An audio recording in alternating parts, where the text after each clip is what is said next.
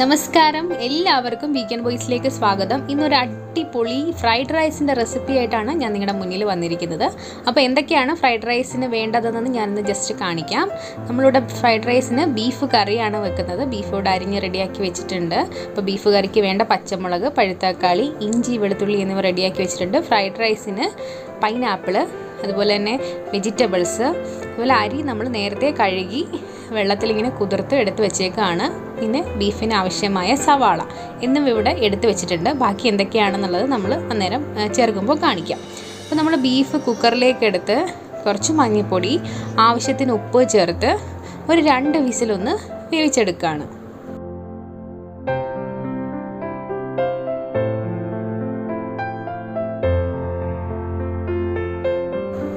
അപ്പോൾ മഞ്ഞൾപ്പൊടിയും ഉപ്പുമൊക്കെ ബീഫിലൊന്ന് പിടിക്കാനായിട്ട് കൈകൊണ്ട് നന്നായിട്ടൊന്ന് ഇളക്കി നമ്മൾ കുക്കർ മൂടി വെച്ചൊരു 2 വിസിലൊന്ന് വേവിച്ചെടുക്കുകയാണ്.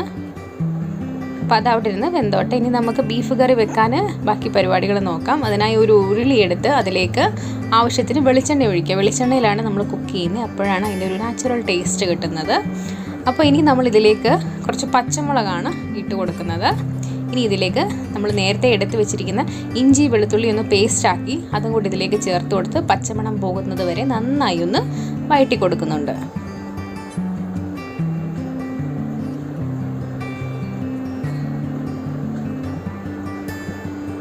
അങ്ങനെ നമ്മുടെ ഇഞ്ചി, വെളുത്തുള്ളി, പച്ചമുളകൊക്കെ നന്നായി ഒന്ന് മൂത്ത് അതിൻ്റെ പച്ചമണമൊക്കെ മാറി വന്നിട്ടുണ്ട്. ഇനി നമുക്ക് ബീഫിന് ആവശ്യമായ സവാളയും കൂടെ ചേർത്ത് ഒന്ന് വഴറ്റിയെടുക്കാം.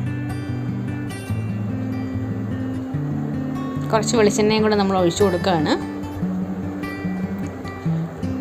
സവാള ഒന്ന് ചെറുതായി വാടി വന്നപ്പോഴത്തേക്കും അരിഞ്ഞു വെച്ചിരിക്കുന്ന തക്കാളിയും കൂടെ ചേർത്ത് വീണ്ടും നല്ലതുപോലെ ഒന്ന് വഴറ്റിയെടുക്കുകയാണ്.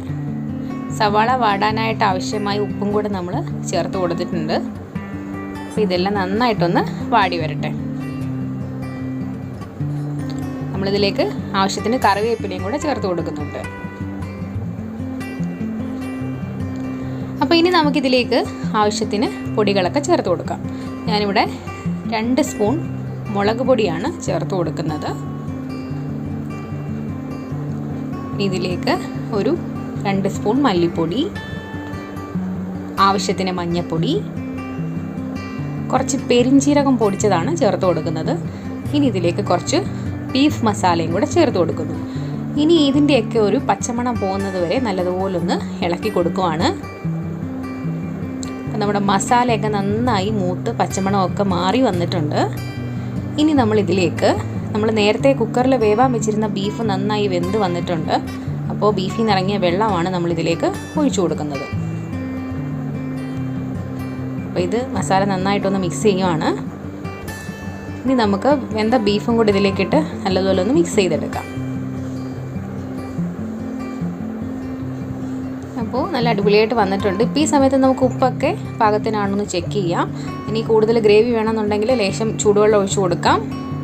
ഇനി ഇതിലേക്ക് കറിവേപ്പിലേക്ക് ഇട്ട് കൊടുത്ത് ലോ ഫ്ലെയിമിൽ ഒരു 5-10 മിനിറ്റ് ഒന്ന് പറ്റി വരുന്നിടം വരെ നമ്മളൊന്ന് അടച്ചു വെച്ച് വേവിക്കുകയാണ്. കുറച്ച് വെളിച്ചെണ്ണയും കൂടെ മുകളിലിങ്ങനെ തൂവി കൊടുക്കുന്നുണ്ട്. അങ്ങനെ നമ്മുടെ ബീഫ് കറിയൊക്കെ ഏകദേശം ഇങ്ങനെ ആയിക്കൊണ്ടേയിരിക്കുന്നു.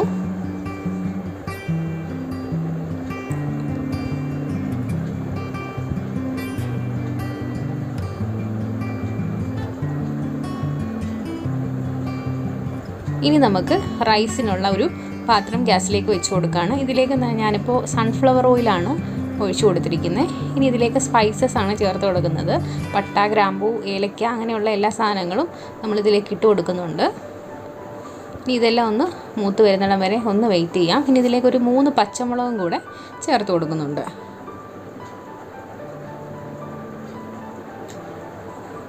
ഇനി ഇതിലേക്ക് നമ്മൾ നേരത്തെ കഴുകി വെള്ളമൊക്കെ വാർത്ത് വെച്ചിരിക്കുന്ന അരിയും കൂടെ ചേർത്ത് കൊടുക്കുകയാണ്.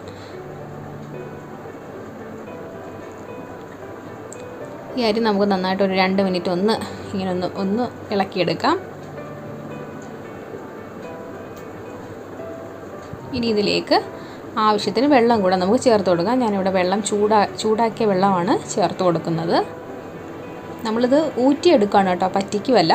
അതുകൊണ്ട് നമുക്ക് ആവശ്യാനുസരണം വെള്ളം ചേർക്കാം. അപ്പോൾ വെള്ളമൊക്കെ നമ്മൾ പാകത്തിന് ചേർത്തിട്ടുണ്ട്. ചോറിന് ആവശ്യമായ ഉപ്പൊക്കെ നമ്മൾ ചേർത്ത് കൊടുക്കുന്നുണ്ട്. ഇതൊന്ന് തിളയ്ക്കട്ടെ.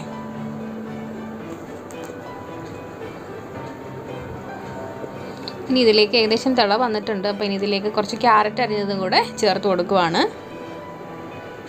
അങ്ങനെ നമ്മുടെ ചോറൊക്കെ ഏകദേശം ആയിട്ടുണ്ട്. ഇനി ഇതൊന്ന് വെള്ളമൊക്കെ ഒന്ന് ഊറ്റി റെഡിയാക്കണം. ഇനി നമ്മളൊരു പാൻ വെച്ച് അതിലേക്ക് ആവശ്യത്തിന് വെളിച്ചെണ്ണ ഒഴിച്ചു കൊടുത്ത് നമ്മുടെ റൈസിൻ്റെ അകത്ത് ഇടാനായിട്ട് കുറച്ച് സവാളയൊന്ന് വറുത്തെടുക്കുകയാണ്.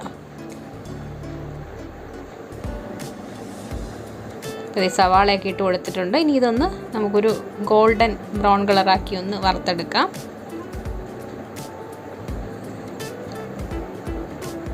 അങ്ങനെ നമ്മൾ സവാളയൊക്കെ വറുത്ത് മാറ്റി വെച്ചു. ഇനി നമ്മൾ അതേ പാനിൽ തന്നെ ഒരു 4 മുട്ടയൊന്ന് ചെറുതായിട്ടൊന്ന് ഇങ്ങനെ കൊത്തിപ്പൊരിച്ചെടുക്കുകയാണ് നമ്മുടെ ഫ്രൈഡ് റൈസിൽ ഇടാനായിട്ട്. അപ്പോൾ അതെല്ലാം റെഡിയാക്കി വെച്ചിട്ടുണ്ട്. ഇനി നമ്മൾ ഫ്രൈഡ് റൈസ് ഒന്ന് സെറ്റ് ആക്കുകയാണ്. അതിൽ ആദ്യം തന്നെ കുറച്ച് നെയ്യ് ഒഴിച്ചിട്ടുണ്ട്, കുറച്ച് വെജിറ്റബിൾസ് ഇട്ടിട്ടുണ്ട്, പൈനാപ്പിൾ, നേരത്തെ വറുത്ത് വെച്ചിരിക്കുന്ന നമ്മുടെ സവാള ഒക്കെ ഇട്ട് അതിൻ്റെ മണ്ടയിലായിട്ടാണ് നമ്മളിപ്പോൾ റൈസ് ഇട്ട് കൊടുക്കുന്നത്.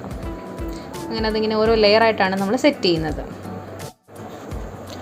ഇനി അടുത്തതായിട്ട് നെക്സ്റ്റ് ലെയർ സെറ്റ് ചെയ്യുകയാണ്. അതിലേക്ക് ഇത് കട്ട് ചെയ്ത വെജിറ്റബിൾസ് ഇട്ട് കൊടുക്കുകയാണ്. വെജിറ്റബിൾസിൽ നമ്മൾ ക്യാരറ്റ്, ബീൻസ്, ഗ്രീൻ പീസ് എന്നിവയാണ് ഇട്ട് കൊടുക്കുന്നത്. അതിൻ്റെ മുകളിലായിട്ട് നേരത്തെ വറുത്ത് വെച്ച സവാള, അതുപോലെ തന്നെ പൈനാപ്പിൾ എന്നിവ ഇട്ട് കൊടുക്കുന്നു. പിന്നെ നമ്മൾ നേരത്തെ പൊരിച്ച് വെച്ച മുട്ടയും കൂടെ ഇട്ട് കൊടുത്തിട്ടാണ് നെക്സ്റ്റ് ലെയറായിട്ട് നമ്മൾ ചോറിട്ട് കൊടുക്കുന്നത്. ഇങ്ങനെ നമ്മൾ ഓരോ ലെയറായിട്ട് ഇങ്ങനെ സെറ്റ് ചെയ്യുകയാണ്.